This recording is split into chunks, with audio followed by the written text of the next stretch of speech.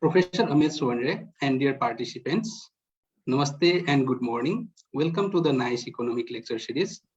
Through NICE Economic Lecture Series, we aim to invite distinguished economists to discuss the contemporary economic issues at the time when the world is struggling with the post-COVID recovery, which has further hit by the Russia-Ukraine crisis. To talk about today's important issue, reflections on India's development experience, we have Professor Amit from Jawaharlal Nehru University, New Delhi, India. Before we start, I would like to invite the Research Director of NICE, Dr. Pramod Jaiswal, for the welcome remarks. Over to you, Dr. Jaiswal. Yes, thank you, Sunil. Professor Amit Shovon and dear participants, Namaste and good afternoon. I, on behalf of NICE, would like to welcome you all at today's special discussion on reflection on India's development experience. As Sunil said, this is part of our special economics series that we started to understand the economies at the time when the world is hit by COVID-19 pandemic, followed by current Russian-Ukraine crisis. To talk on this special lecture, we are privileged to have Professor Amit Shovon from Center for International Trade and Development, School of International Studies, Jawaharlal Nehru University, India. I was fortunate to attend some of his classes of Professor Ray during my master's at JNU. He taught me principles of economic organizations. Before I start, let me briefly introduce NICE. Nepal Institute for International Cooperation Engagement is a research think tank registered under the Companies Act 2006 of Nepal, working towards bringing in research excellence in the field of international relations, international economy, security and development, and looking for better approaches for enhanced international cooperation and relations for a better, peaceful and stable world. NICE has hosted several eminent leaders, policymakers, and public intellectuals, such as Professor Noam Chomsky, Professor Mia Seymour, Professor Stephen Walt, Professor Barry Bujan, Professor John Ikenberry, former Deputy Prime Minister and Foreign Minister of New Zealand, Sir Donald Charles Mackinnon, State Minister of Education of Maldives, Professor Kishore Mahbubani, Vice Admiral Yoji Koda, and several eminent persons from around the region. In the last 2 years, we have published more than 500 articles, hosted around 1,500 scholars through 120 events. We have hosted several international conferences, such as NICE Global Conclave, where we had 220 scholars from 47 countries, International Women's Summit, Young Scholar Summit, International Conference on Understanding China, International Conference on Understanding International Migration, International Studies Convention, and others. NICE has its own flagship journal, Journal for Security and International Studies. Similarly, NICE provides internship program and visiting fellowship. During pandemic, we started virtual internship and fellowship program. We would like to request young students of universities to join our virtual internship. Professor Ray, once again, welcome to our discussion. We wish to welcome you in Nepal and Regal in future. Thank you once again for your time. I'd like to request Sunil to formally introduce Professor Amit Shovon and moderate the discussion. Sunil works as research associate at NICE. He works on economic policy of South Asia and China. His research interests are international economics, development economics, environmental economics, applied econometrics, and economic policies. He's pursuing PhD in economics at North Normal University of China and holds master's degree in world economy from School of International Studies, Jawaharlal Nehru University, India. Over to you, Sunil. Thank you, Dr. Jaiswal. Now, without any further delay, let me introduce the distinguished speaker of today's program, Professor Amit Shovon. Dr. Amit Shovon is a professor of economics at the Center for International Trade and Development, Jawaharlal Nehru University, New Delhi. Professor Ray was educated at Presidency College, Calcutta, and at the University of Oxford, from where he received his DPhil in economics in 1988. He joined Jawaharlal Nehru University in 1995 as associate professor and became professor with effect from January 2000.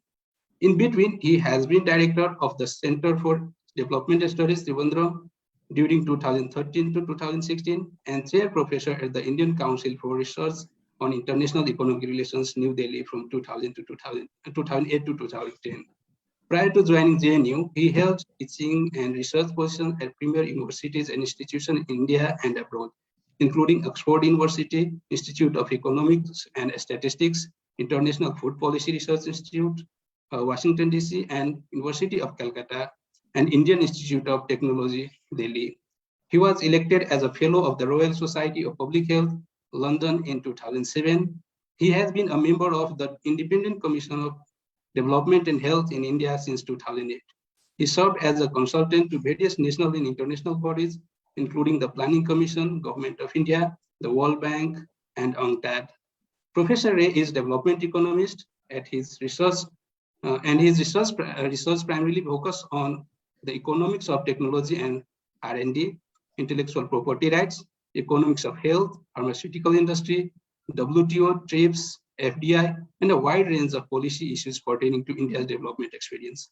He has over 25 research publications, including 6 books and short monographs, plus several articles in reputed international journals and edited volumes. He has been invited to present his research and deliver lectures in 18 countries, spanning 5 continents, in addition to 72 institutions in India. Professor Ray, you have around 35 to 40 minutes to make your initial remarks, which will be followed by the question and answers. And this session is of 60 minutes, and the program is streaming live on several Facebook pages and social media platforms. We would like to request all our participants to tweet about the events and also share our live video on their social media so that maximum can benefit from the discussion. The audience can drop in their questions under Facebook Live or in Zoom chat. We will not take direct questions to avoid disturbances. Professor Ray, over to you. Thank you very much. I would like to present my screen. Because I have a PowerPoint presentation which I would like to follow. Okay. Is it visible? Yes, sir. Okay. So yes, it's visible. All right, so this is what I'm going to talk on today, reflections on India's development experience, the story of its emergence in the world economy. Now, some of you might already think that this is a hackneyed topic has been talked about. In the literature, there are enormous amount of studies, which talks about India's economic development. But what I'm going to do is to, have a different flavor on what my take would be as to what has driven India's emergence in this world economy. So first, let me set the context. After a long journey of developmental struggle, negotiated through meticulous planning and policy initiatives, spanning over nearly 6 decades, India finally emerged as a major player in the world economy and polity. So it took about 5 to 6 decades, for India to emerge as a major player in the world economy.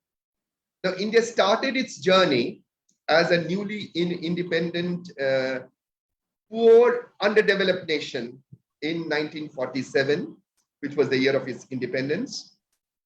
It was one of the poorest nations in the world in terms of income, wealth, and material capacity, but it had an illustrious history of an ancient civilization dating back to 5000 BC, with periods of high prosperity and a rich cultural heritage, intellectual capacity, and enlightened leadership. In fact, by 1947, India had already produced 2 Nobel laureates, C.V. Raman in physics and Rabindranath Tagore in literature, who also happened to be, by the way, the first to receive the Nobel Prize in literature outside the English-speaking world.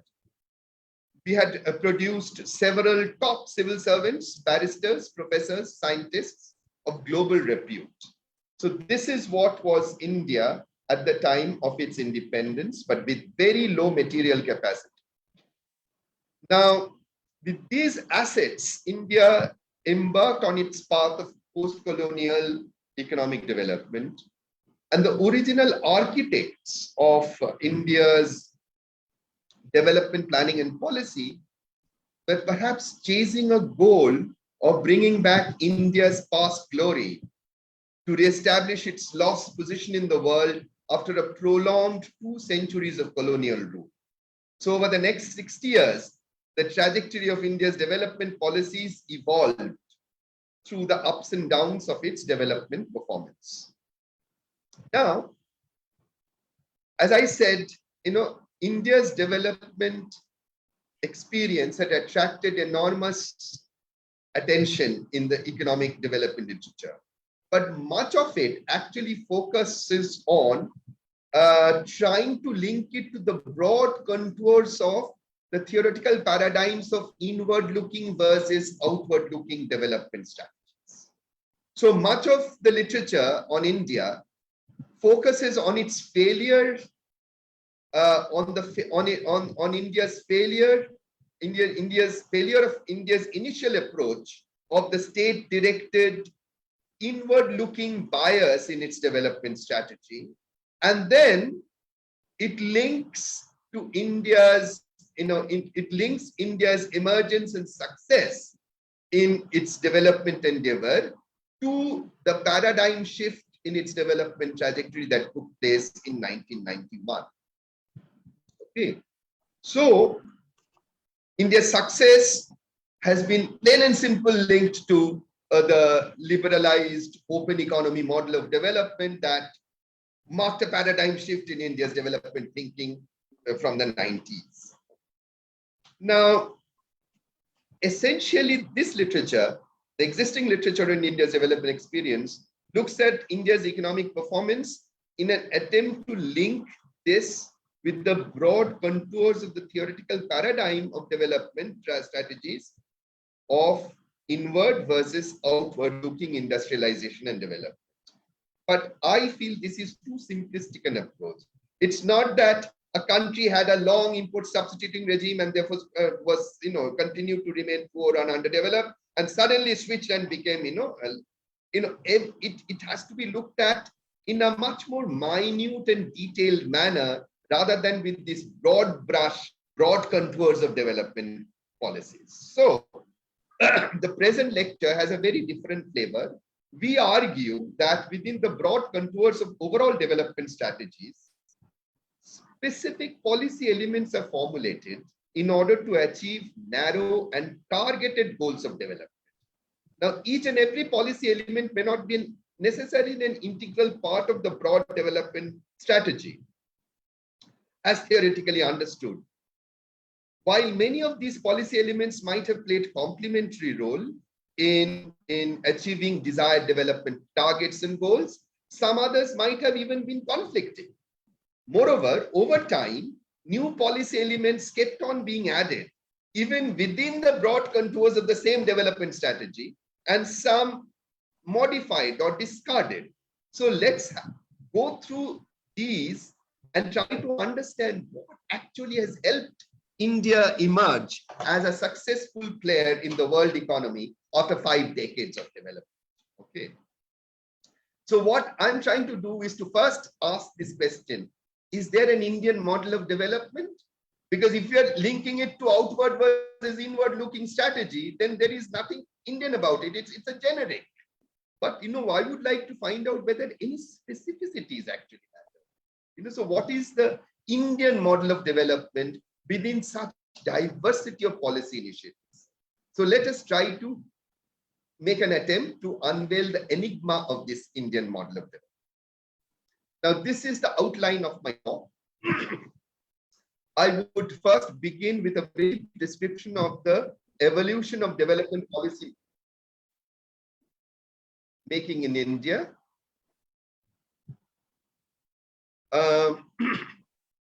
And I have divided it into 4 different phases. The first phase is 50 to 70, which was primarily ideology-driven policy making. Then 70 to 85, which are marked as deeper penetration of self-reliance and some deviation from the ideology, by the way, which I'll come to. Then 85 to 91 was a period of policy ambivalence, and then 91 was the paradigm shift. So I'll just very briefly run through these policy evolution, and then I'll talk about the story of India's development strategy, how I actually look at it. And then finally, when I look at India's development trajectory, I would in fact try to sort of link it not in isolation as India only, but link it to the global economy. How India poised itself, performed vis-a-vis the global economic development. And then finally, I would like to talk about some of the promises and pitfalls of the so-called Indian model of development. So I hope I'll be able to finish in the time stipulated by the, what happened. So, there is something which is bothering. Policy planning driven by ideology, 1950 to 70. This is the first slide. So we all know that India started with an inward-looking, development policy of self-reliance. The key goal was to achieve self-reliance in almost all possible dimensions of economic activities in the nation. The immediate aspiration of independent India was perhaps to mimic the development trajectories of the advanced Western world. It was perhaps important for Indian policymakers to signal to the rest of the world that India could do whatever the advanced industrial nations could. Okay?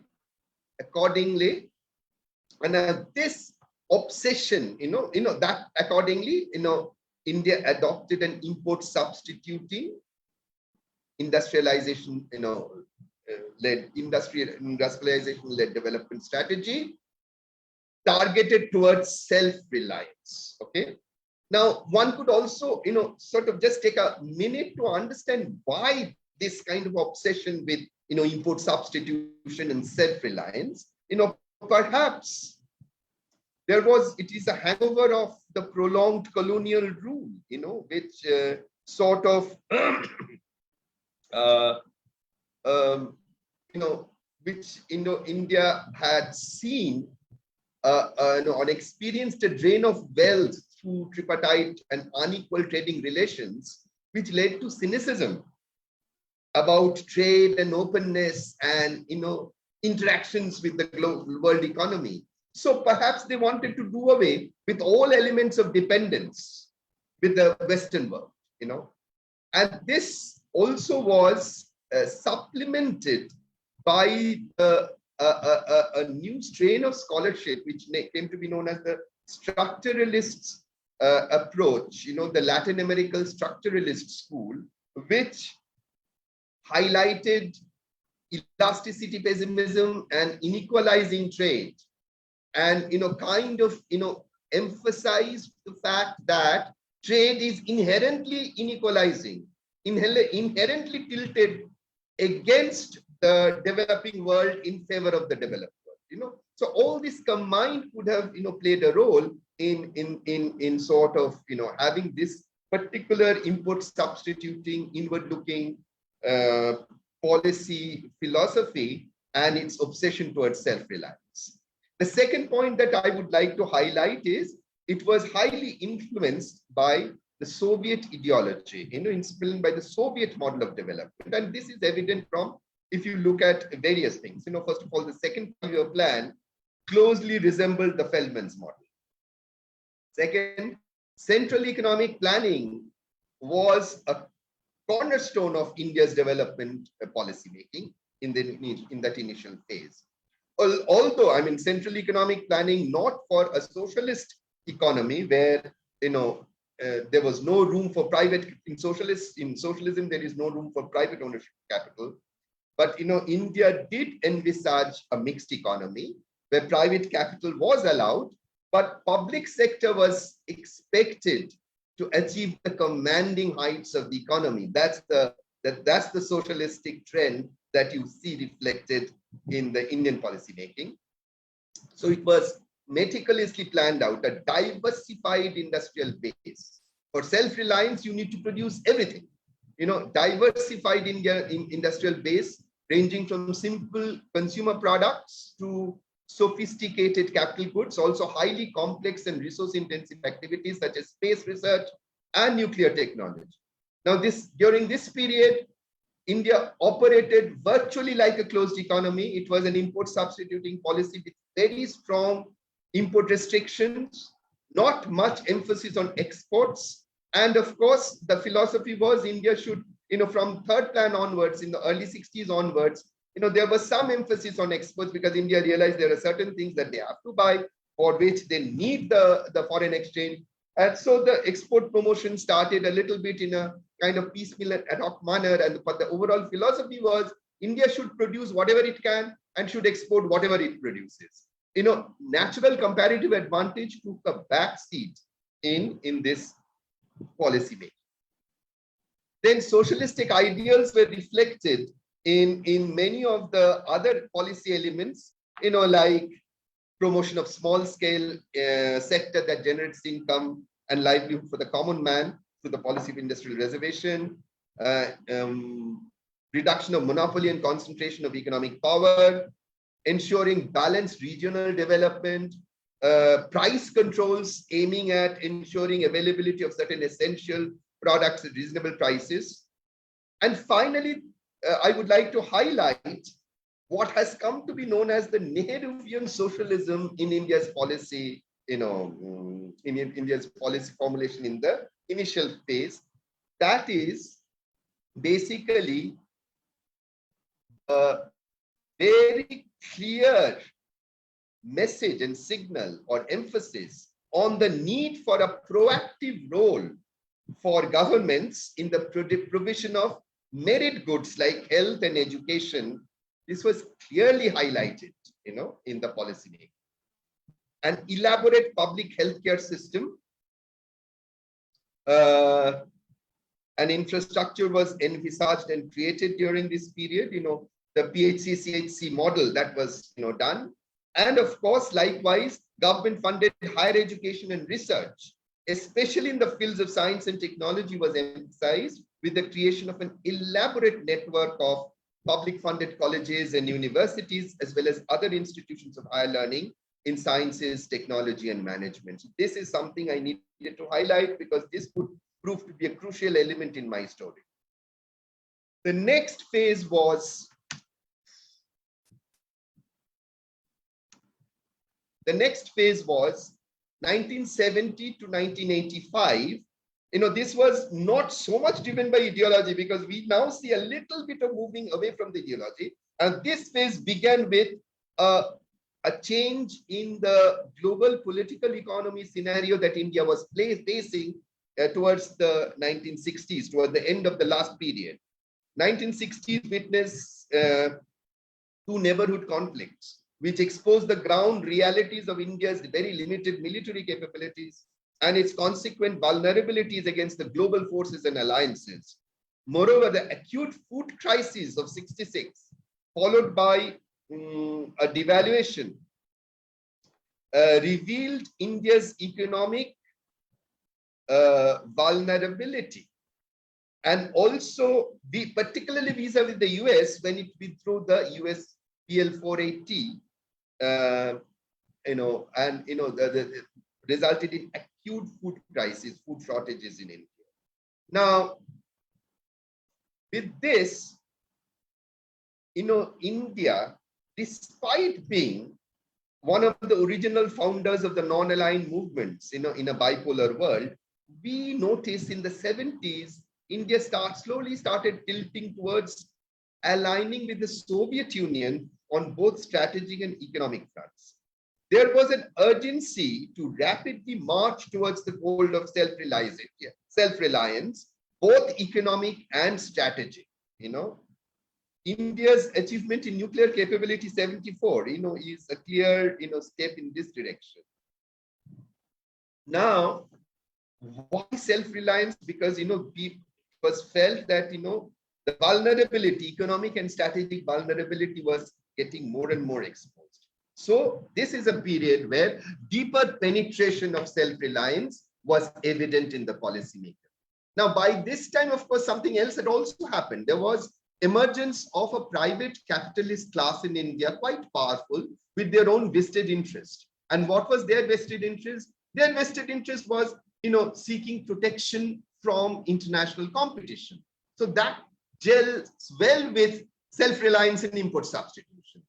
Similarly, license Raj had created rent-seeking vested interest among bureaucracy. Again, gels well with deeper penetration of import substitution and self-reliance. However, it was no longer the ideology that was driving it, because, what we see now is, although public sector, the original policy goal whereby public sector was expected to reach the commanding heights of the economy seemed to have been substantially diluted. By now, the private capitalist class was being rolled out a larger space to operate. In fact, in the reclassification of the industrial sector, greater access was, accorded to private capitalists. The public sector was also mentioned, although it was no longer expected to reach the commanding heights of the economy. Now, 1977, with the change of the political regime, saw some changes, some relaxation in the license rate, but it was immediately reversed in 1980. Now, this period also saw something very interesting. It was felt that self-reliance is manufacturing is something, but what was emphasized was self-reliance in technological capability. So certain acts, certain policy elements like FERA, like Patent Act, supplemented by other policies, the S&T policies, actively promoted indigenous technological capability development and creating technological self-reliance during this period. And of course, we know that self-reliance in agriculture, the food crisis triggered off self-reliance, a goal of self-reliance in agriculture, and India became, the Green Revolution took place and India became self-sufficient. Now, from 1985, the flip side of this protectionist policy regime was revealing itself in the form of inefficiencies of various kinds. For one thing, there was no incentive to keep pace with the fast-changing global technology frontier in many of the manufacturing sectors, which resulted in Indian industry becoming technologically backward and inefficient with respect to global standards of costs and quality. India's industrial sector was also characterized by very high rates of effective protection and associated domestic resource costs. Again, as I mentioned, the concept of natural comparative advantage was taking a backseat. Now, the country settled at a Hindu rate. This is the background in which we come to the third phase of 85 to 91, the period of ambivalence. So from mid-80s, the norm of development in the minds of the Indian policymaker kind of changed. Self-reliance was there. They said, yes, self-reliance is okay, but a technological view of development was gaining momentum. It was being realized that it's okay to it's to produce, being able to produce everything cannot be, and it's okay, but it cannot be an end-all goal. Rather, it is also very important to be able to do things efficiently. So this may require opening up the doors to the latest technological developments on the global frontier, marking quite a departure from its earlier inward-looking policy mindset. At the same time, global scholarship on development strategy was also undergoing a metamorphosis, fueled by the trumpeting success of the East Asian outward-oriented economies. I'll come to that later when I talk about the story of India's emergence. So there was some serious rethinking about India's development path among Indian scholars and policymakers, albeit with significant skepticism and hesitation. Now, the first change of, first wave of changes came in the mid-19. But this period, the policy response was at best feeble and sporadic, given that it was limited to liberalizing particular aspects of the control system without any major change affecting the system itself in any fundamental. These attempts of liberalization have been arguably piecemeal and somewhat ad hoc, without a comprehensive program of reforms, and some of the other inward-looking economies which had been converting towards outward strategies, like even China, When China opened up in 78, which has already done by the time India was, having these sporadic attempts, China had opened on full on, so compared to this was very, very ambivalent and sporadic. 1991 marked a paradigm shift, and it was triggered by a acute balance of payments crisis, and which sort of led India to launch a package comprising of short-term stabilization along with long-term programs of comprehensive structural change.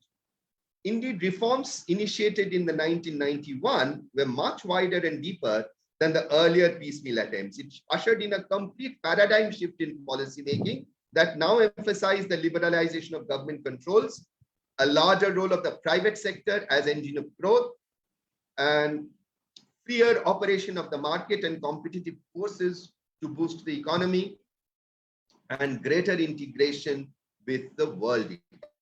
Okay, so these are the elements of its, paradigm shift in policy making. Now here, I must caution that, although the trigger was a domestic BOP crisis, we cannot look at the reforms process in isolation from what was happening in the global economy. This was the period which coincided with the Uruguay rounds of negotiations, which culminated in 1995, WTO being signed. WTO ushered in a new global order, global economic order, and India's policy reforms would have to be understood juxtaposed against this new world order, which India was also a signatory. Now, as policy outcome, liberalized trade, I'm going to skip a little bit because all of us know about this. There was trade liberalization, there was industrial reforms, license Raj was completely removed. I mean, government was becoming more of a regulator than control. From control to regulation, that was the philosophy in the industrial sector. And then on the fiscal sector, the FRBM Act was a keystone, a cornerstone, which basically mandated fiscal discipline, which means you have to keep your fiscal deficit under control. And of course, subsidies, petroleum subsidies were removed and so on and so forth. We know there were some reforms in the financial sector. And of course, agriculture also received a little, although very scant attention, at least during the initial phase of India's liberalization. So now let's go to the story of India's emergence and let us see, how we kind of link it with what was happening in the world and in India, and how India suddenly emerged in 1991. It cannot just be linked to a movement from inward-looking to outward-looking strategies. So let's see what had happened. So India had to wait for 5 long decades before it could make its presence felt in the world economy. Now, despite its rich heritage and endowment of intellectual and scientific capacities, India remained a poor and underdeveloped nation with very low material capacity for more than half a century after independence. It is needless to mention that India had significant ideational influence in the 50s when it was independent during the Nehruvian era. However, over time, even this influence eroded, perhaps due to its failure to match its global diplomatic presence with commensurate economic and military presence in the world. It is rather intriguing to note that much of labor surplus Asia, that is East and Southeast Asia in particular, forged ahead with economic prosperity from the 60s and 70s, despite starting from a much lower base compared to India. Over the last 40 years, some of these economies have grown at unprecedented rates in human history, while India remained stuck at low levels during the first 5 years of its development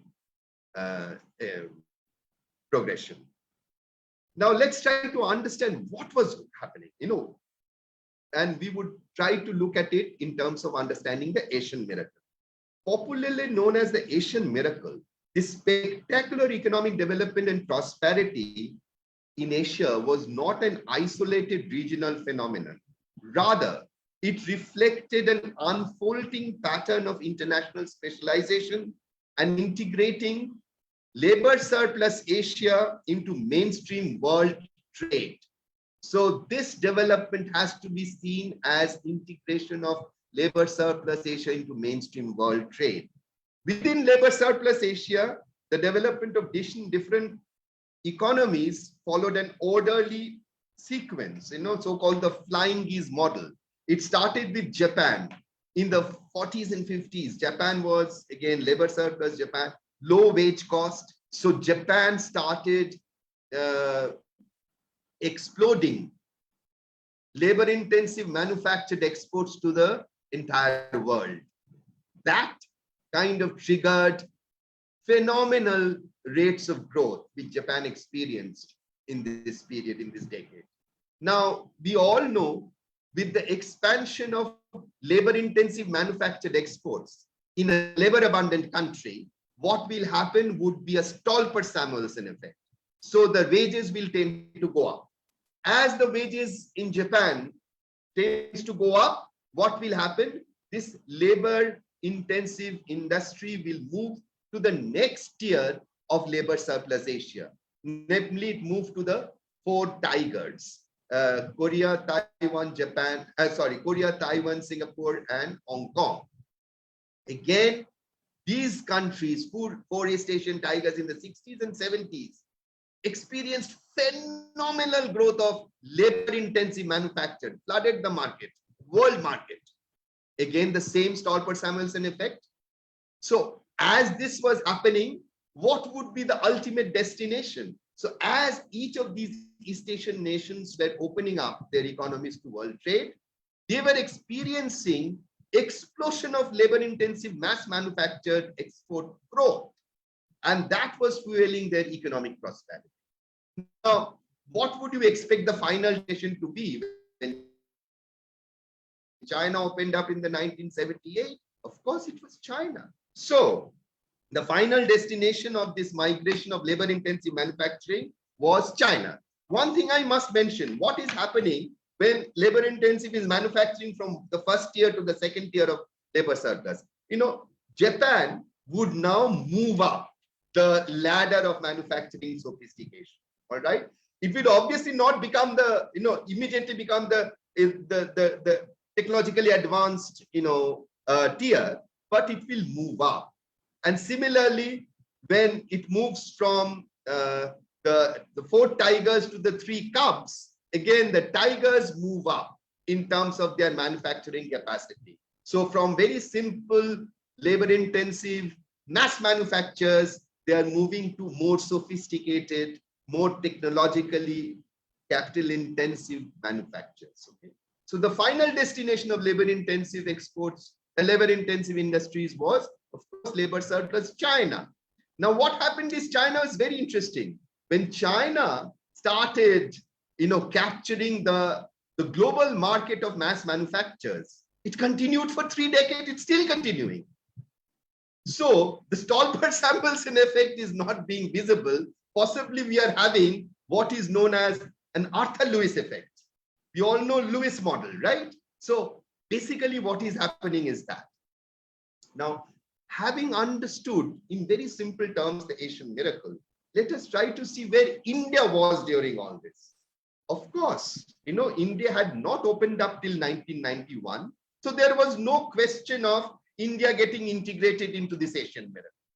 But if it's indeed only opening up that matter, then the moment India opened up in 1991, it would have joined the League of the East Asian countries in experiencing this spectacular growth rates driven by labor-intensive mass manufacturers. After all, India is also a labor-abundant country. But that never happened.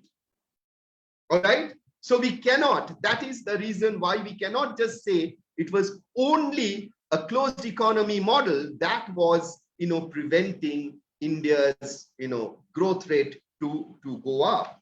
So where was India? India could never experience the Asian miracle driven by rapid expansion of labor-intensive manufactured exports, even after opening up. Okay.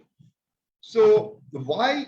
Because by the time the policy shift took place in the 90s, competition in the global mass manufacturing market had intensified and India had already lost out in the race. And this was perpetuated by India's obsolete industrial policies, especially the policy of product reservation for small scale that was supposedly in the interest of equity and employment, which spectacularly succeeded in crippling the textile industry, the spearhead of labor-intensive export expansion in the rest of the developing world. All right. Effectively, India almost voluntarily opted out of the world's mass market for traditional labor-intensive goods. And indeed, it is the conquest of this market that propelled China's boom right from the 80s and the 90s. All right. So, however, India still emerged as a major player.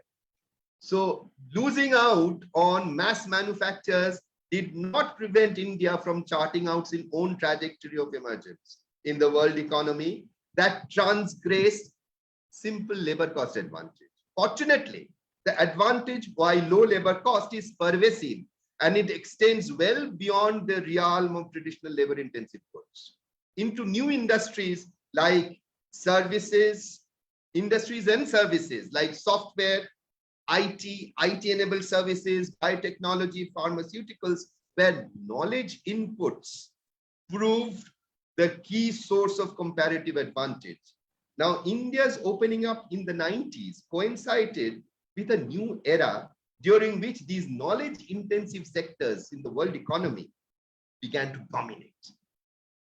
The entire production system in the global production system was getting IT-driven. So you can see how it was just a fortuitous, turn of events that actually can explain India's emergence.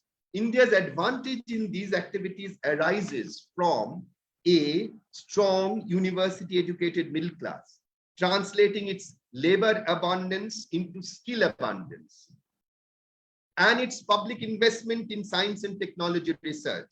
We must underline here that the role of idealism and ideology in shaping India's development policy in the initial period, in the immediate post-colonial era, proved to be critically important.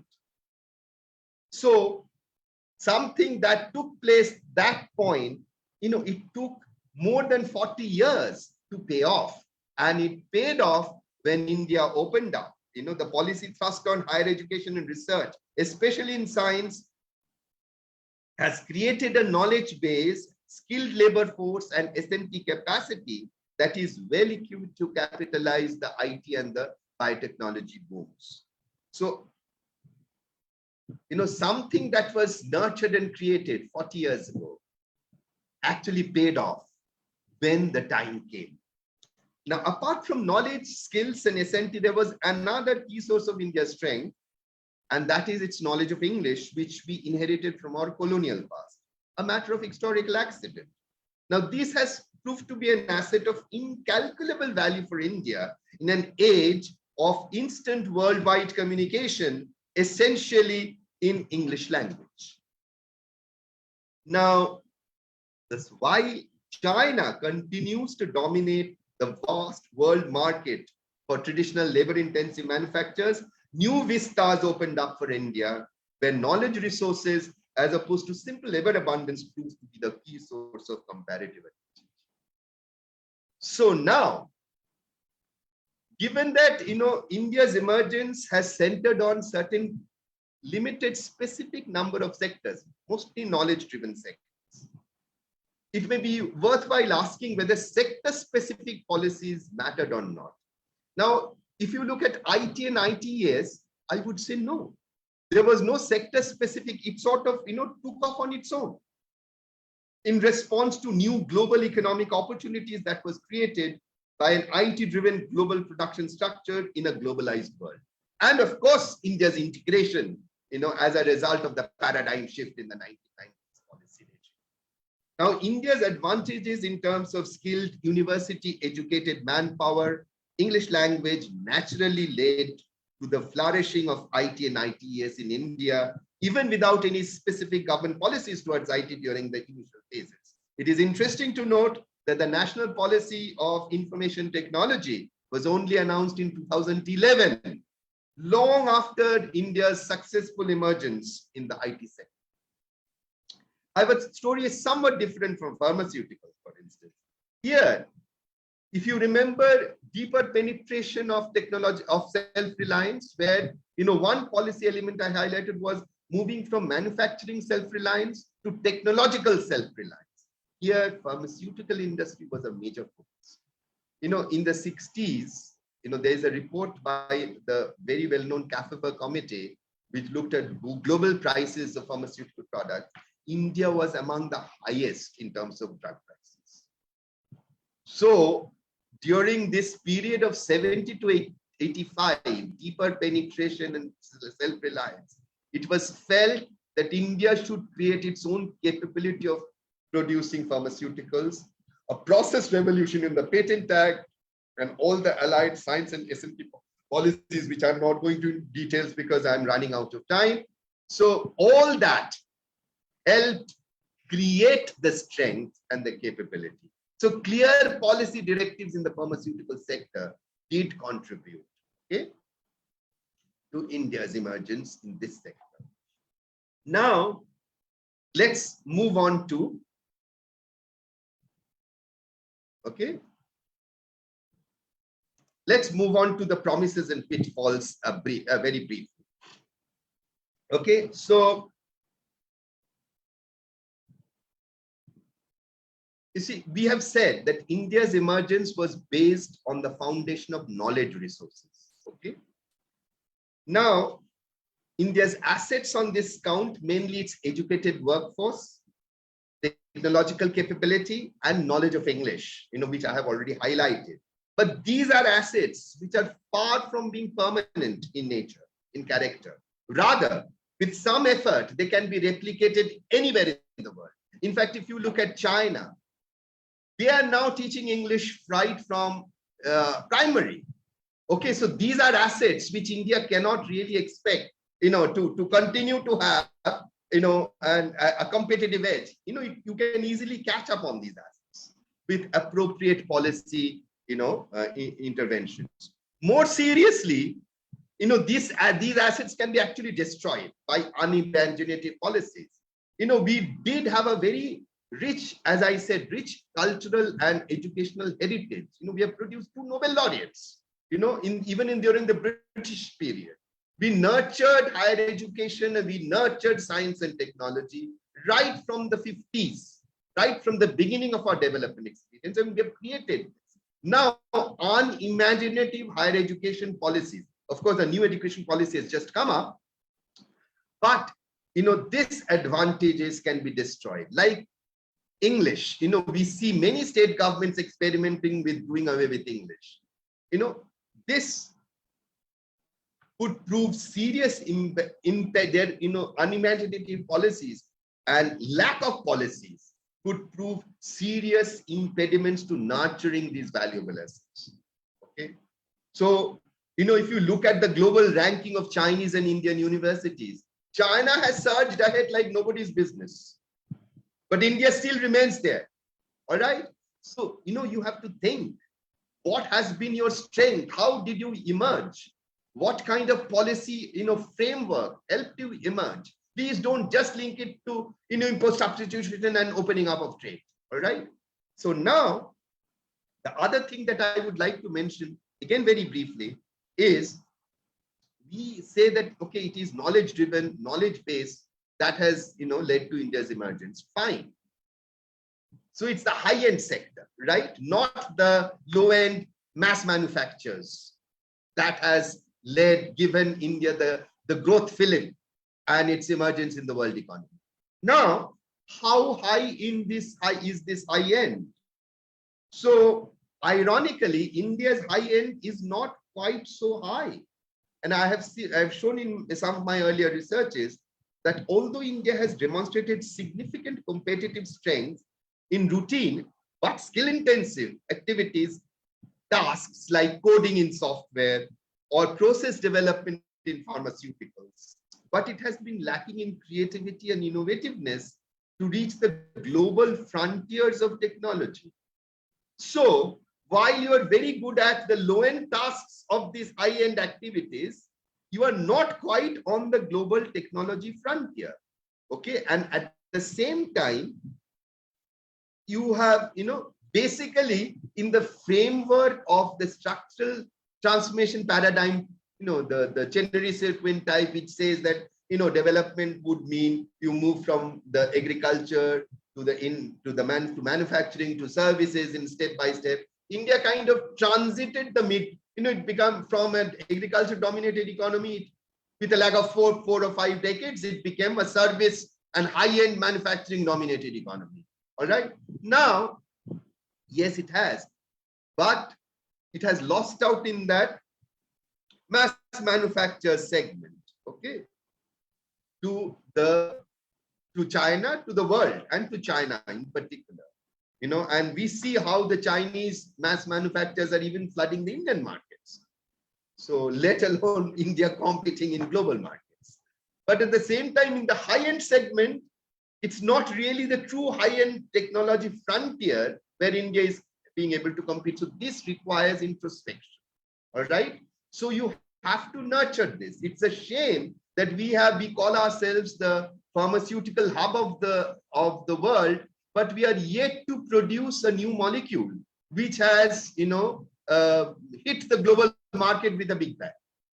We will let alone a big bang with any bang, so which basically means we have to be very careful when we are trying to understand and formulate policies. Okay, so now I'm not saying that these low-end activities of the high-end segment, this has created enormous opportunities, unprecedented opportunities for a large segment of its population, but mainly for the English-speaking, university, college-educated, urban elite. It might have also created opportunities for upward mobility for the less fortunate to ascend the social ladder and be absorbed in the great Indian middle class.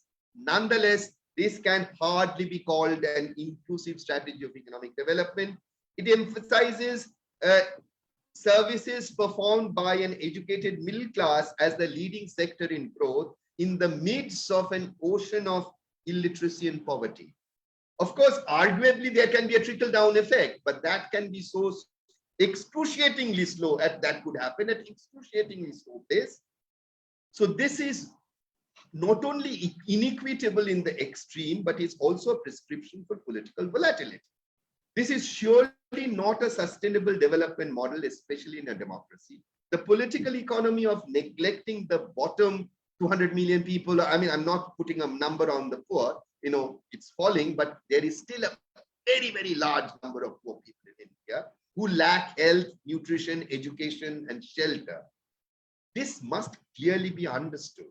We believe that it is simply unviable to sustain a growth process of this kind in a democratic setup. No. So to employ a billion-strong population, we cannot rely on picking winners and supporting a narrow set of sectors. In the pre-liberalized, in the import substituting regime, it was the import substituting capital-intensive sector that was picked. In the post-liberalization regime, now we have picked these knowledge-driven sectors. Okay, we have to tap the potentials for labor-intensive, low-end mass manufacturers, mass products that create jobs, opportunities for the masses. This cannot necessarily be achieved through reservations, but through proactive policy framework to resolve infrastructure deficit on the one hand and improve labor productivity through health, primary education on the other. Now, unfortunately, the new global order, which also mandates fiscal discipline, it comes as a package, all right? And every country is trying to, rein in. And the soft targets of fiscal discipline is always the social sectors. Okay, so this is kind of an irony. It is somewhat ironic that while the primary threats of globalization, because they are the most vulnerable, if you are in that segment of the society, you are taking off. But if you are left behind, you are completely left behind. So the primary threats of globalization in India are directed towards the underprivileged masses of its enormous population. It is the same pool of human resources, if properly nurtured, will prove to be its greatest strength and source of opportunity to embrace globalization positively and productively, to become a global economic power in every sense of the term. Thank you.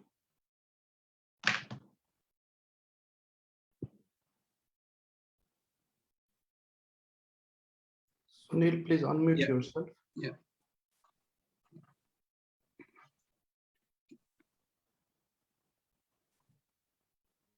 Yeah, thank you, Professor A. And thank you very much for the comprehensive, interesting presentation of India's development experience. We learned a lot from this session, and we have also received some questions to you. Let me put some questions. There one question, like, with India's increasing role as a regional power and economic power in international politics, it is still lagging behind to successfully eradicate domestic poverty. And what are the lessons and how can it be successfully tackled? And what could be the lessons for the developing countries like Nepal? And there's some other questions, like, what can other development force of India teach other developing and least developed countries in South Asia? So, Professor, I would like to Sorry, can you repeat the questions? I couldn't follow the questions properly. What was the first question? Yeah, okay. The first question is, like, with India's increasing role as a regional power and economic power in international politics, it is still lagging behind to successfully eradicate domestic poverty. And what are the lessons and how can it be successfully tackled? And what lessons can be for the developing countries like in India and South Asian countries? So I would like you to answer these questions, and then we'll put forward. Yeah, so the first question is about poverty. India still, has, that's exactly what I have been talking about, because, unfortunately, we have been unable to tackle, I mean, there, of course, it takes time, and at least the first 2 or 3 decades, first 2 decades of, opening up, the whole emphasis was, I mean, kind of trumpeting on these winners, the focusing on these winners, the knowledge-driven sectors, and people. There were these debates that, so since we have lost out on mass manufacturers, let's not talk about it. But I'm glad to see some policy focus back on mass manufacturers, and back on, Make in India. So it basically creates global opportunities and employment opportunities, job opportunities for the underprivileged, and that would only be possible, through otherwise, there are no ways of, resolving the poverty and the deprivation problems that we face in India. So, I mean, I am a staunch believer of nurturing mass manufacturers, or thinking of employment creating of, activities that the government should focus on. If they believe that we have lost out on mass manufacturing, we have to find out what is it that is, happening. Why is it that, Indian labor-intensive manufacturers are unable to compete with China, for instance, or the rest of the labor surplus economies? And that is the only way to eradicate poverty, I would say. Create employment opportunities, and, focus on mass manufacturers. So what is the second question? Thank you, sir. The second questions are, like, what are the impacts of the Russia-Ukraine crisis on Indian economy? And well, that's not part of my, please don't entertain or ask questions which is not part of what I'm speaking on. Okay. Please limit yourself. I Okay. hope you people have listened to the lectures, and please limit yourself Yeah, to issues and questions, Okay. which are part or which are around this, Okay, sir. Yeah, I have got some questions, other questions, like, so India has faced several challenges in terms of economic growth and development since independence. And there are so many factors exist to be held responsible for the present India has achieved the desirable double-digit economic growth rate along with noticeable inflation rate. Do you really think that India has been moving towards the development trajectory in real sense, where the huge number of its population are still living below the poverty line and can't afford to have a 2 square meal a day? Is it trickling down effect really taking place in case of India? No, trickling down is not taking place in India. I mean, that's a clear no. Okay. There is another question, like food self-sufficiency has been used as an argument for promoting the commercialization of agriculture in India. So how that commercialization of agriculture has impacted the food security and poor and marginalized in rural Well, areas? again, please, Sunil, I told you, please focus on things that I've spoke about. Please don't, I mean, this is not a journalist session. I'm not going to address questions on every aspect of the Indian economy here. I have given a very specific story of India's development, which I perceive. And so please don't raise questions. Did I talk about, agricultural crisis and foods, whatever? No, I have not, so. Yeah, actually, I have got these kind of questions from our live session. So No. So you moderate it. Since you are moderating it, you should ask your people. You just filter out the questions which you think is pertaining to the broad message, the broad context, and even the nitty-gritties of what I've spoken about. I mean, did I speak about Ukraine? I mean, where is Ukraine coming from? So. Okay, sir. Okay. So let me check if there's relevant questions like this. What about the participants who are there? They don't have any questions? Yeah, I got some questions from these questions from like the those Russia, who are listening. Can't they ask questions? I got these questions from some Facebook lives, but here I didn't see any questions from. Let me see here. Please open it up to the viewers who are viewing it, and ask them to ask questions. If they have any questions, I'll be very happy because they listen to the talk, right? Yeah. So there is one question like, is the education system can be blamed or because of India falling out of the competition from global development range, as we have youth with so much creativity, instead we are lacking in these levels as curriculum. Yes. Absolutely. So this is something which is, I think somebody called Manshi has raised a hand. Yes, but yeah, absolutely right. In fact, a more innovative education system, a system which produced great scientists, I mean, not just C.V. Raman. C.V. Raman got a Nobel Prize, but we have produced scientists like, Jagdish Bose, Satyen Bose, Bose Einstein, I mean, they were all working within the university system, and sitting in India. So what is it that is happening that India is falling behind, in terms of this? This is clearly lack of imaginative policies, and there are many reasons why universities are getting a bit throttled and not being able to produce knowledge and sort of nurture creativity to the extent that one would like to have. Yeah, but yes, absolutely right. Education system is something to be definitely looked at when we try to understand, what is, happening as a major bottleneck. Manshi has raised a question. Yes, sir. Yeah. Hello, sir. Good afternoon. Good Mansi afternoon. this side from Delhi University.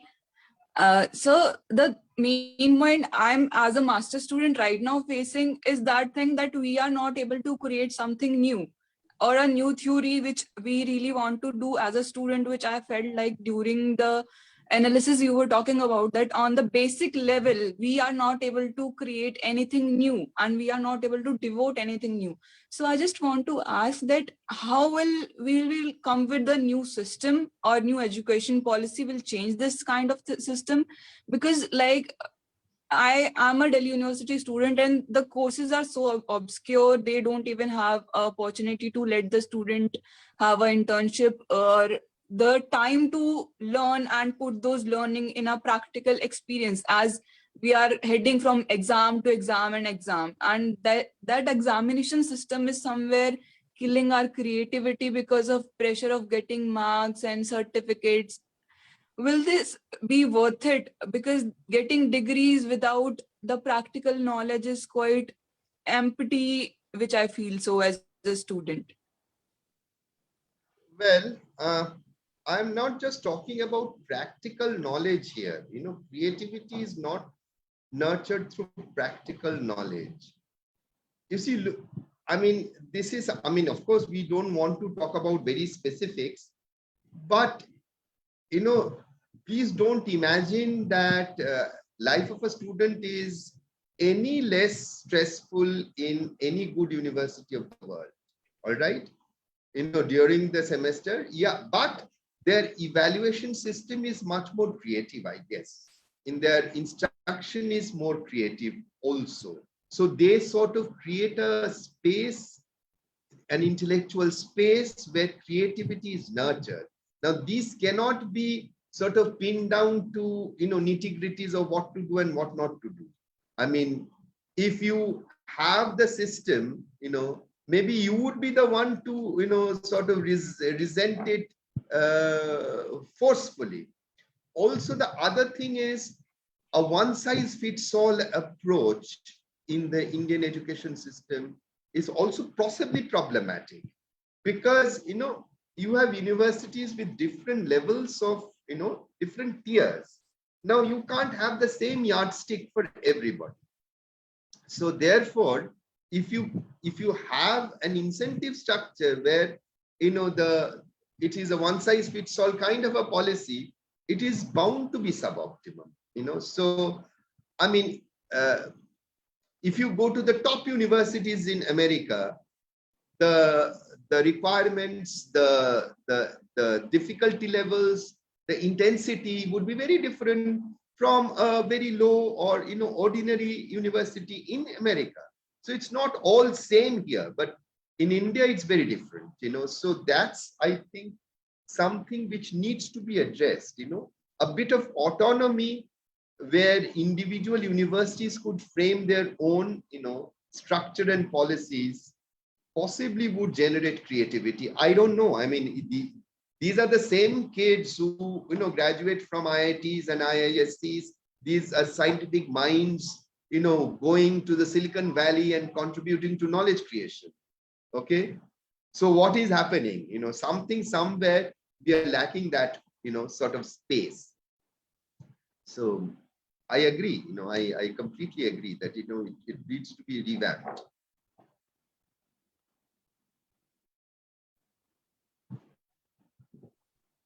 Yeah, from audience, is there any questions? Yeah, Harleen Kaur, you can unmute yourself and put your questions. So good afternoon, sir. So my name is Hareen, and I do have a sort of relatable question that Manshi has asked. So you talked about that India is lacking in creativity and innovation specifically, and there's more of low-end task of high-end activities. And I would also like it to link with the one more point that you said, that through active policy framework or the articulation of the policy framework should be supportive to basically provide these types of the activities. So I would like to know this in the light of the recent Indian government policy of the PhD. Specifically, if you see, the rankings are also going, we are going very down in the rankings of the global innovation, like IISc Bangalore research is also going down. So what do you think, that the research conducive environment is not there, or academicians are on the more of a line of dropping out of this field?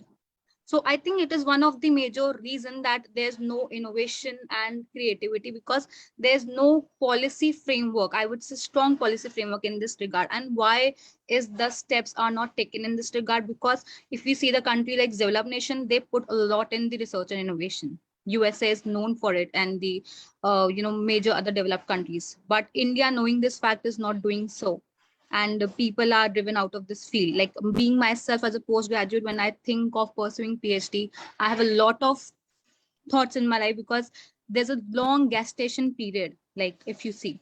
So I think this is a major thing that is lacking, the innovation and creativity, that is actually impeding it, because we are continuously stopped from being creative or innovating, going on that field through various other things that come in our life, and it's not very conducive in this country, I feel. Well, you have said a lot of things, most of it is correct. You see, for instance, if you say that, you have been thinking, or you have hesitation, into going into research and all that, and you would possibly go in for jobs or whatever, both are required, but the incentive structures should be so that the creative minds are attracted to research automatically, so that's something which I think is, possibly a little problematic, the you see, research cannot be incentivized in that manner. Creativity you have to just create the environment. That's it.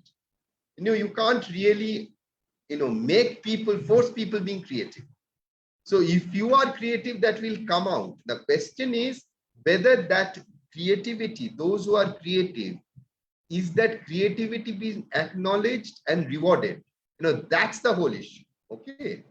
And I think the system itself is possibly, lacking in something. I've not given it a thought, but at least, the statement I made is not with respect to the higher education sector. The statement I made is with respect to the manufacturing, the production sector.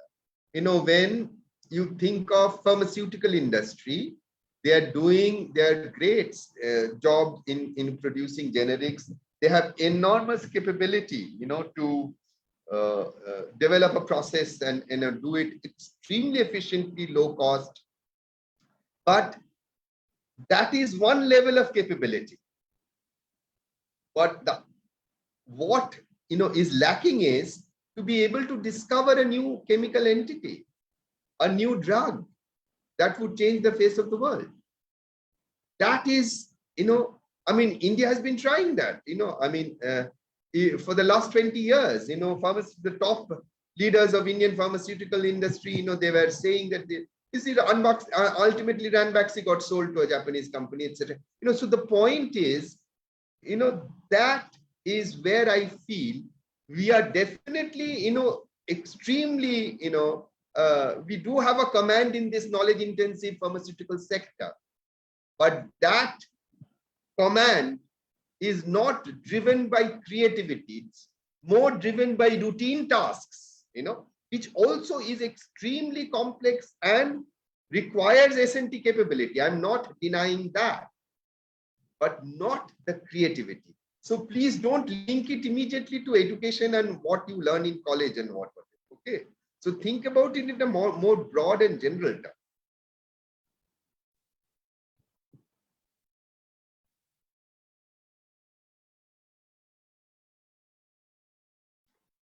You are muted, Sunil. Yeah. Dear audience, if you have any questions, please raise your hands. There is one question from the Facebook Live to you, Professor. The economic development in India followed socialist-inspired politicians for most of its independent history, including state ownership of many sectors. Do you think, including the state ownership of many sectors? So do you think India could have followed alternative model which could have speed up its economic development? Well, counterfactuals don't exist. So I kind of gave you the background. You see, if you look at it, most economies started in the trajectory of development with protection. Be it South Korea, be it, Germany, all had protection to some extent or other. Okay. So the extent to which India, had this protection was obviously the planning process was inspired by the Soviet model. But import substituting industrialization is not unique only to the socialistic model. So, there is, even in the hardcore trade market literature, there is an argument called infant industry protection. So therefore, if you are starting from a zero base of industry, you have to have protection. So I cannot think of any country which started on a path of industrialization without any protection. Okay. So that protection which India followed, yes, India followed a model of protection which mimicked or which was very similar to the Soviet model, yes, in the initial phases. But again, it deviated immediately after 20 years, from 70s onwards, as I said, it was no longer the public, no socialism, no public sector, this thing, it was private sector being rolled out a red carpet in India, and the entire policy thrust was more on producing ourselves, no matter whether it's public or private. And of course, over time, now I don't know whether, if it was not a Soviet model, it was another model. I have no idea. You look at Brazil, you look at some of the Latin American countries, you look at South Africa, and see, whether, it would have been a process that, which is similar to what India experienced or not. Yeah. Any other questions? I don't see any other questions now. So then maybe we should close the session now. Yeah. We're running, Yeah. Thank you very much, Professor Ray, for the insightful presentation. And finally, here we come to the end of the discussion. We would also like to thank you, our participants and audience, for their wonderful questions. And we have a great day, and we wish you to have in our next lecture series. Thank you, everyone. Thank you, Professor Ray. Thank you. It's It great was honor. very nice Yeah. being here. Thank you. Yeah, it was a great honor to have discussion with you. Thank you. Thank you.